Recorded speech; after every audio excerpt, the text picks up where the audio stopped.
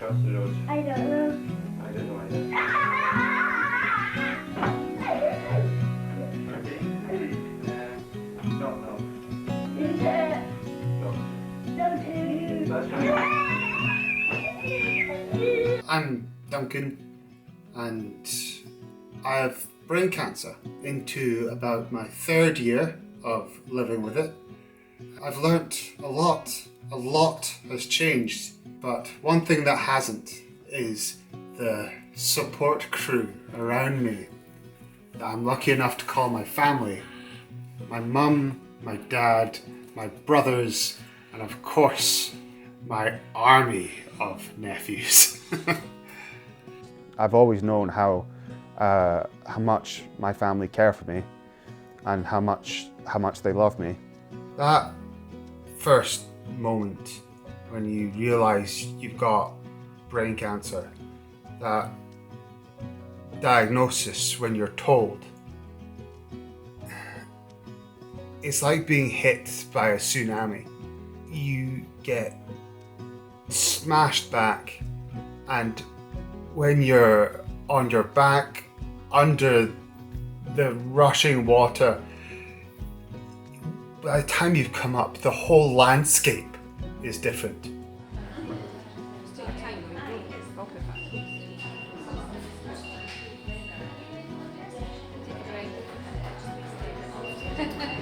Years of rugby ones. That's all I do. Usually people are chanting. Some jokes. Because you got pretty good at jokes now, haven't you? Go on then. Well, I've got a good one for you. Go on then. This boy said to the doctor, I never clean my ears and I always grow onions in them, and the doctor said, next. Very good.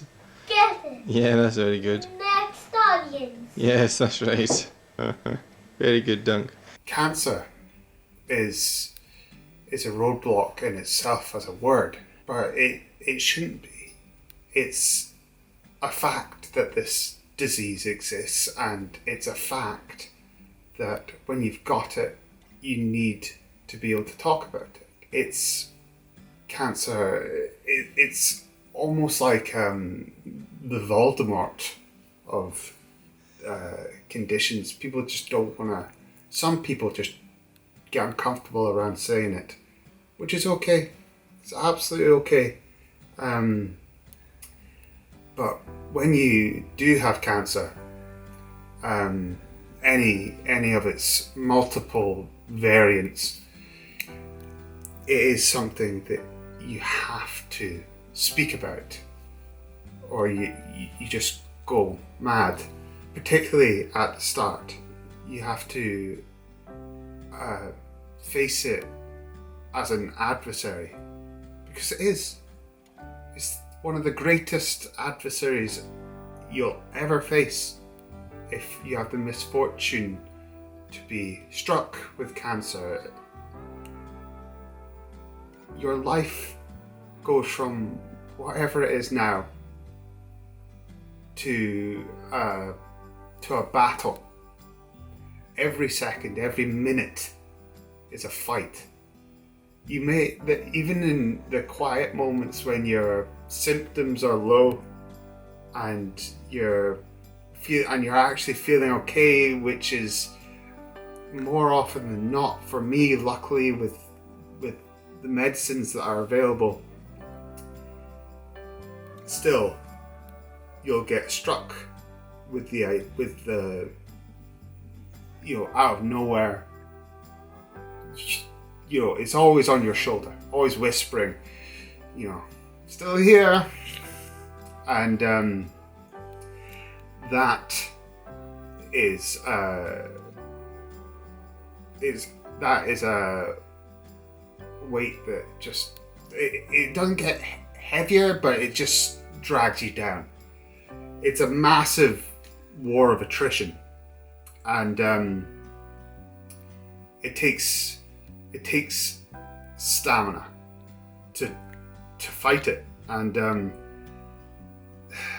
stamina, no matter how fit you are mentally, physically, it runs out. And when it does, you need support. Luckily, I have support.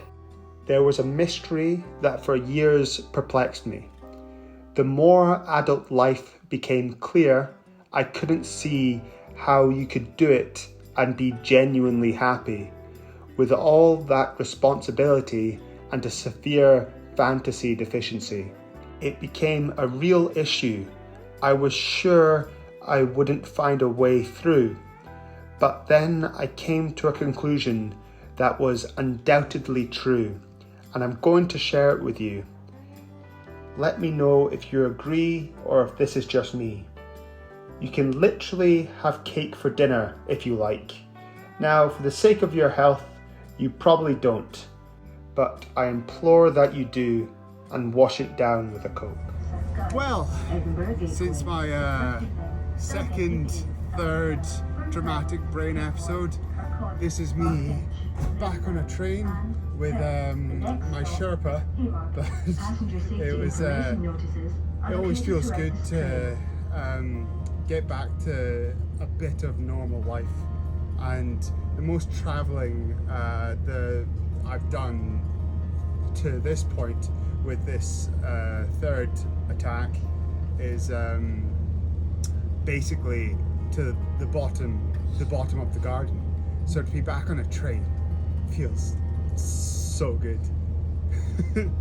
The flyers have arrived. They look great, and you'll be seeing these popping up all over Edinburgh, and you might even get one as a souvenir after you've seen my brilliant show. Hi, I'm on my way to my favourite spot to read my favourite paper, the Sunday Times. I'm only kidding, I've never read a paper in my life, but don't tell anyone. But the Sunday Times has done a really amazing piece about me and my struggle and my journey and the suicide notes, and I'd love for all of you to have a look. Thanks. I'm feeling mostly excited, 95% excited, 5% quite nervous, because this isn't just a regular show for me. This isn't like just learn a script, go do the thing you love.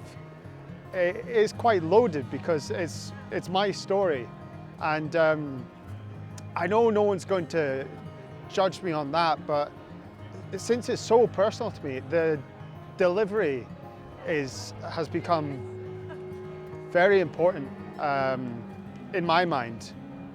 But I know that me and only a select few people have heard these poems before, so no one's going to be like quoting them back to me, but I'm a little bit nervous.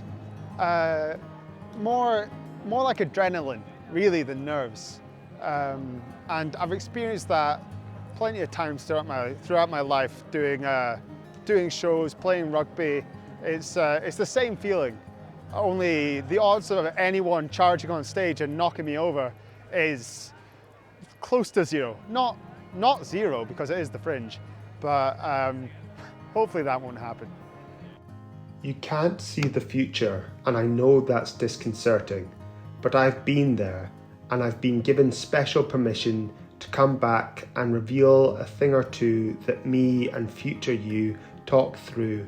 And don't worry about time travel. We've already done this, and reality didn't unravel.